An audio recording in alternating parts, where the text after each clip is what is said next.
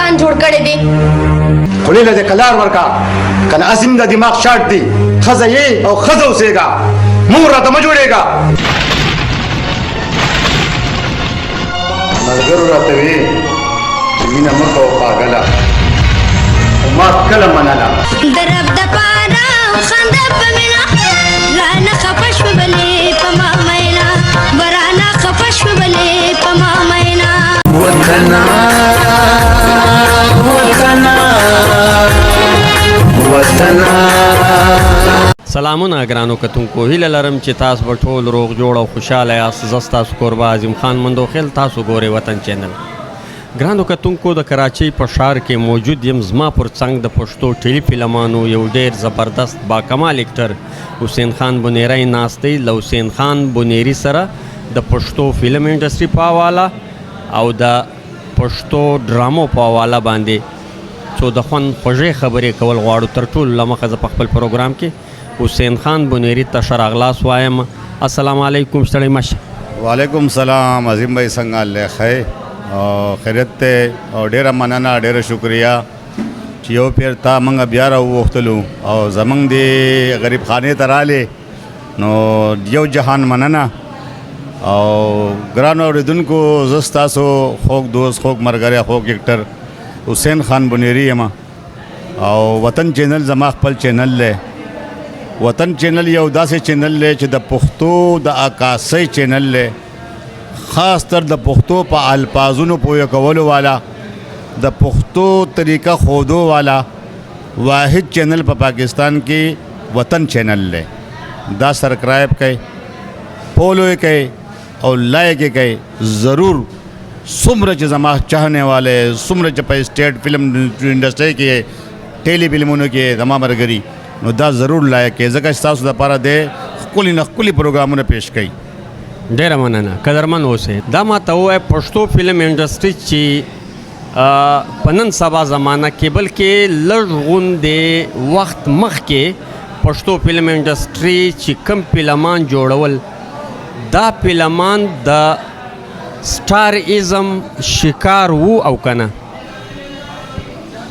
دا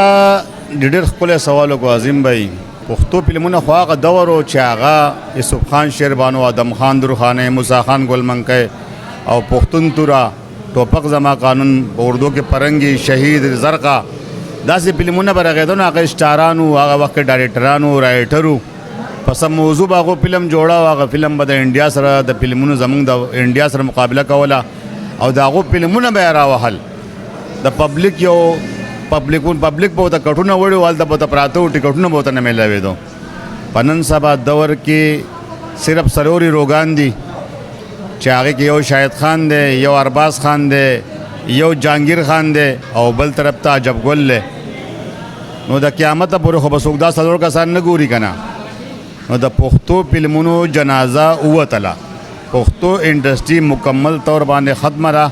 د هغې د راوچتېدو څه امکان نشته، ځکه چې هغه فلم نشته، هغه سوچ نشته. دا د پاشۍ یو اډه ده، دا پاشۍ اډې هر سړی نه خوښوي، خو هغه سړی بیا خوښوي چې په دې دنیا کې بوره کار کوي. نو په دې معاشره کې خو دنیا ښه خلک دی او د پښتو یو نوم دی، د پښتو یو پہچان دی د پښتون سړي، چې پښتون همیشه په حیا پېژندل کېږي، په غیرت او په نرتوب پېژندل کېږي. نو چې کله د هغه فلمونه د پاشۍ نو هر قوم به ورته ګوته نیسي او په دې ګوته باندې به موږ ناکامیابه یو. حسین خان وروره، ډېر فلم سازان په پښتو فلم انډسټري کې، ډېر سټاران دا خبره کوي چې د پښتو په کلچر باندې فلم جوړیږي نه. آیا په پښتو د پښتو په کلچر باندې فلم سازیږي او که نه؟ نه جی، دا د هغو غلط فهمي ده. پښتو کلچر باندې چا وي چې فلم نه سازیږي؟ را دي چې موږ سره د کښېني، موږ به ورته د پښتو عکاسي وښیو او په پښتو به فلم جوړ کړو او دغه فلم د دې بیا دنیا ته وښیي چې د فلم چلیږي او که نه چلیږي. څه د انډیا نه نقل کړی، څه د انګلیش نه نقل کړی، داسې فلمونه تاسو جوړ کړئ چې موضوع یو وي، نوم یې یو وي، فلم بلي. زه خو ګندګیر یم، اوس ته ووایه دا د پښتو سره خوند کوي؟ خان په نشه کې دی، دا د پښتو سره خوند کوي؟ خان باندې چیړې ملنګ باندې چیړې دا د پښتو نمونه نه دي وروره صادر راښودل د پښتو کلچر نه دی د پښتون سړي سره به پخوا جرمنۍ تماچه وه خو دې غاړه کې به پټه پرته وه او ښکلې تیلهدار ټوپۍ به په سر وه پنجهدارې سبلۍ به په خپو وي او چې په کومه لار به نو خلکو به دا پېژندو چې دا واقعي پښتون دی دا د لاسونو راښکودو او د صادرو او د کړو او د اوښکو د پښتو دا کلچر نشته پخوا هم فلمونه رخ شوي دې خلکو په خپل هم کتلي دي دې والد صاحب دلې فلمونه رخ کړي دي هغه دې وګوري د هغې نه د عکاسي وکړي که نه نو دا غلطه خبره ده چې په پښتو موږ فلم رغو د هغې عکاسي نه کېږي زه ته قسم خورم چې اوس هم په پښتو په کلچر باندې فلم جوړ کړي زه ته چې په پاکستان کې به سپر هټ فلم د هغې نه بل نه ته دا خبره کوي چې فلم سټارانو رایټرانو پروډیوسرانو تر اوسه پورې د کلچر په فلمانو باندې کار نه دی کړی نه بالکل یې نه دی کړی اوس تا ته یو خبره کوم عثمان شاهد صاحب اوس یو عجیب بابا یو ډرامه راخ کړې ده په بحرین کې نو هغه د پښتو څه کلچر ښوولی دی خلکو ولې دونه اپریشیټ کړه خلکو ځکه اپریشیټ کړه چې هغې کې بې باکي نشته په هغې کې داسې غلط الفاظونه نشته د پښتو د کلچر نه بار پای کې دغه نشته پای کې اصف خان صاحب هم کار کړلی په هغې کې د بحرین بدر منیر هم کار کړلی پای کې مخلص هم کار کړی دی لیکن د هغې سره هغه انصاف کړلی چې دغه شان دی انصاف کوي او ښې ډرامې لیکي نو خلک به یې ګوري د هغې عکاسي به له خلک کوي خو که دوی وایي چې نه دا موږ په چرسیانو باندې جوړو دا موږ په شرابیانو باندې جوړو نو وروره دا 25 کروڑ عوام چې دی که نه په دې کې به چېرته 1 لاکھ خلک شرابیان خو دا 24 کروڑ چې دي که دا شرابیان نه دي دا مزدورکار خلک دی عزتدار خلک دی دی عزت خوښوي لوپټه خوښوي پرتوک کمیز خوښوي پتلون نه خوښوي ما خو تا ته وي چې نن هم د حیا په لوپټه کې دننه فلم جوړ کا انشاءالله به چلیږي د پښتو کلچر چې دی ګوره بلوچیان د ګوره خپل فلم نه جوړوي ولې نه جوړوي خو هغه د خپل هغه ته پته چې پښتون قوم په دنیا کې بلوچ قوم دا نر قوم دی نو که موږ فلم جوړ کړو موږ به هم دغه کوچرایې طرف ته لاړ شو نو هغه به فلمونه باندې هغو نن تر پورې پابندي ده له پښتو فلم انډسټري چې کله بدر منیر نعمت سرادي او اصف خان حاجي صاحب خو اوس هم کار کوي الله دې ژوند ورکړي دا درې چې د پښتو فلم انډسټري څخه بهر سو نو د پښتو فلم انډسټري زوال شروع سو ته په دې حواله څه وایې او بالکل صحیح خبره ده دا الله انسان له عزت ورکوي یو مقام ورکوي او هغه مقام دی له الله ورکړی و هغه صلاحیت یې له ورکړی و نو دې خلکو د هغو عکاسي کوله خو د هغو هغه عکاسي دې نه ونه شوه دی لاړه بل طرف ته یورپ طرف ته ورووښتو دی وایي چې موږ د انډیا سره مقابله وکړو نو انډیا خو یو کمیونست ملک دی مسلمانانو ملک نه دی ولې چې په هغې کې به دومره جوماتونه نه وي څومره چې په هغې کې سلیماګانې دي بله خبره دا ده چې هغو ته خو ازادي د هغه خو شوزلیزم دی د هغو خپل ځان کلچر دی زموږ خپل ځان له کلچر دی که دوی د هغو په کلچر باندې چلېدی او هغه د اصف خان دی او هغه د بدر منیر د کردارونو دیم کولی نن به دا انډسټري خاورېرې نه وه نن به په پاکستان کې سلیماګانې نه ماتېدې نن به دې ارشد سلیمان نه خرڅوله نن به دې شمه سلیمان نه ماتوله د هغې وجوهات دغه دی نه د دې سره اسټیټ شته که دې اسټیټ هم لګوي په پېښور کې نو مولیان پسې راوځي او په دې باندې باقاعده اعتراض کوي ولې په اعتراض کوي چې دې کم نمونه په هغې کې هغه پاشې ډانسونه ښیي نو په هغې باندې پښتانه خفه کېږي که چېرې دې هغه ډانسونه هغه شان د یوسف خان شیبانو په شان ګانې وښیي هغه د خیبر په شان ګانې وښیي هغه شان کپړې او هغه شان عکاسي وکړي یقین وکړه چې دغه خلک په دغه شوګانې ګوري او اپریشیټ کوي به والله تا په خپل ژوند کې د پښتو اول کم فلم وکتی او هغه وخت چې تا فلم وکتی ستا تاثرات څه وو ما زه وړوکی وم ما یو فلم وکوت یو فلم لګېدلی او خلکو به یاره په دې کې پلار لور ګډوي نو ما ویل دا فلم څه ته وایي نو هغه ویل فلم د دې فلم نوم دی زرتاجه اصف خان صاحب فلم و او هغه فلم ما وکوت زه بار راووتم ما یار دا خو ډېر ظالم انسان و خپل لورې په پینټر باندې والا لکه موږ پوهېدو نه ولیکن هغه وخت داسې و هغه جذبات داسې و چې ما به دا فلم بیا هم ګورم لکه دونه هغه وخت کې زموږ تاثرات چې دا فلم بار بار وګورم د څه دپاره چې د هغې کلچر ښکلی و د هغې حیا د هغې ګانې د هغې پکچرایز او د هغې مطلب لکه مکالمې هغې به سړي په اړه کې یو لار جوړوله. اوس چې زه فلم لزمه نو زه یوازې نشم کتلی شرمه، نو ځان سره به دوست به بوزم، یار به څه بوزم، بل به څه بوزم، جنۍ به څه بوزم، زنانه به څه وګوري. اوس خو دا پاشۍ دور دی وروره، موږ هغه فلمونه څه چې د هغې فلم هغه پټوان هم نشو کتلی. که نن سبا یو ډایرکټر پروډیوسر فلم جوړوي نو هغو ته په کومو موضوع باندې فلم جوړول پکار ده؟ ډېرې موضوعګانې دي په دې دور کې چې څه کېږي او په معاشرې کې کم ټایم کم یو شی چلیږي. یو سړي ته پته لګي زموږ معاشره ناوسته وخت څه غواړي، زموږ حکمران څه کوي، زموږ ملک د خلکو سره څنګه تعلقات ساتي، یا زموږ په دې ملک کې څه کېږي، یا زموږ سره څه کېږي د مسلمانانو سره. نو ښکلې ښکلې موضوع ښکلې فلمونه پرې جوړېږي. زه اوس هم رایټر ته یم چې ښکلې کهاني ولیکئ، په خپل موضوع باندې ولیکئ، د ننني دور په حالات باندې ولیکئ چې په دې معاشره کې اوس څه کېږي، د دې معاشرې او انجام به صحیح که چېرې موږ دا ماحول داسې پاتې شي نو د دې انجام به څه جوړېږي. نو په دې باندې چې ښه ښکلې کهانیانې ولیکلی کېږي او بیا د هغې دپاره دغه شان کرکټر والا کتل هم غواړي. په پیسو اخیستو والا خلک فلمونه نشي جوړولی. اوس زه شوقین یم او زه یم چې زه به 50,000 روپۍ ورکوم او زه به هیرو راځم. بل یو سړی شوقین دی چې زه به 50,000 ورکوم زه به ویلن راځم او کار باندې پوهېږي نه او هغه چهرې نه یا دغې نه کیمرې نه سب کوي. نو دې خلکو ته زما ګزارش دی لاسو ته جوړه کومه چې زما رونو دا کار د هر سړي نه دی، دا د هغه سړي دی چې هغه فنکار او هغه په هغه کې دننه صلاحیت وي.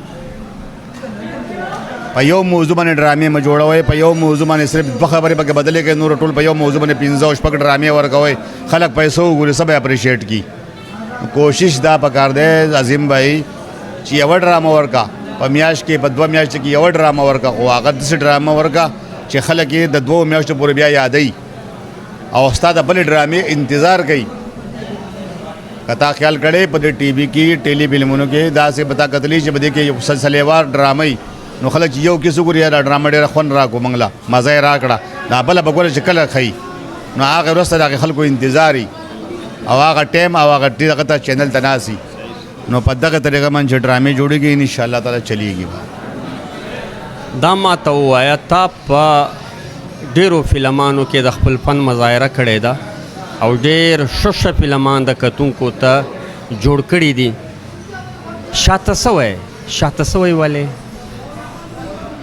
شاته داسې زه شومه که نه چې اوس هغه زما هغه ملګري نشته، زما کوم ملګري چې وو نو هغو چېرته فوټوکاپي رایب نه دی کړی. لکه ما به ورته یاره یو پلان کې فلم نه جوړوئ، نه یاره فلم چې څه جوړوي نو هغه دونه غټ فلم چې رخ کړی خلک هغه ولې نه ګوري. نه موږ به یو کهاني ولیکله او هغه کهاني به د معاشرې وه، بیا په معاشرې کې هغه کهاني چې به هغه ما ته وښو نو په هغې کې ما بیا خپل کردار لټاو. زه اوس هم یم چې زما باندې کردار ولیکي نو زه به یې کوم. زما 4 کاله وشو ما فلم نه دی کړی، زما آخري فلم و آخر قصور مې څه دی په یوټیوب باندې پروت دی، پوره دنیا دی وګوري چې هغه فلم څنګه فلم دی. صحیح شوه او با چې کوم فلم هم ورکړی دی نو هغه به یو سټوري یو کهاني به د هغې به څه موضوع ضروري، بغیر موضوع نه زه فلم نشم جوړولی. دا ما ته ووایه په ډرامه کې کوم کرکټر خوند ورکوي؟ نو دا ډېر ښکلی سوال وکړو. زه تا ته یو خبر وکړم چې یو سړی وایي چې زه فنکار یم نو هغه به دا نه وایي چې دا کم ته ماله کم یو رول راکوي چې هغه فنکار یا به هغه رول کوي، هغه به هغه رول کوي او هغه رول به هغه له نباوهي. خو ما خو تا ته ووایي که نه چې زما همیشه فلم کې 3 فلمونو کې زه ویلن راغلی یم، نور زما تمام فلمونه د هیرو دي، زما ټول فلمونو کې زه هیرو راغلی یم. دا لازمي نه چې په فلم کې زه هیرو راشم، زه رور هم راتلی شم، زه تره هم راتلی شم، زه په هغې فلم کې مرکزي کردار هم کولی شم. په آخر کې د وطن چینل مینوالو ته که د یو ښه زبردسته پیغام په ذهن کې ډېره مننه عظیم بھائی چې تاسو زموږ دونه غټ قدر کوئ او موږ یو په ښه توک باندې یادوئ. پاتې شو وطن چینل نو زما خپلو مینوالو ته دا گزارش دی چې وطن چینل ډېر بهترین چینل دی، د ده سره مرسته وکړئ او انشاءالله چې په دې وطن چینل له به هم زه خپلې ډرامې جوړوم ورکوم به والله. دا مې د الله سره او د عظیم بھائی سره وعده ده ان شاء الله او چې یو ښه سکریپ او ښه د پښتو په ودود کې دننه ډرامې چې سبا یې تاسو په یو ښه توک باندې یادوئ نو زما فلمي انډسټرۍ ملګرو ته زما پرستارو ته زما ټیک ټوکرو ته تمام ورونو ته درخواست دی چې هغه د وطن چینل لایک کی فالو دی کی سبسکرایب دی کی او ضرور دی وکي د یو پښتو په حیثیت باندې خپل چینل کامیاب کړي او دا انټرویو چې تاسو ما درکړه زما ورونو نو دا نظر انداز نه کوي ډېر خلک د پښتو نه مډ کړ دی زما په دې چند خبرو به الله تعالی هغه پښتو ته ضرور راولي زما د الله نه امید ده چې هغه خلک برازي نو دا ډېر نه زیات لایق کوي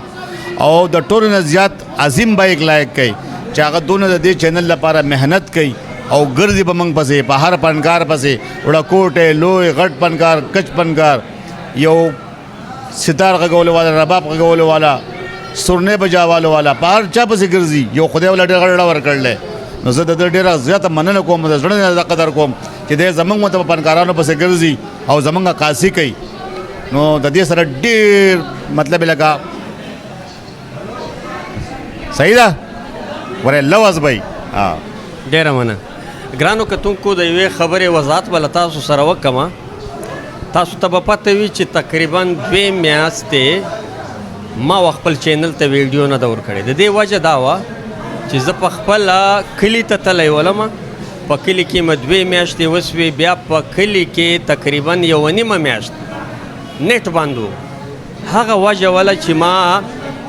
یو نوی ویډیو یو نوی داسې پروګرام ما خپل چینل ته نه دی ورکړی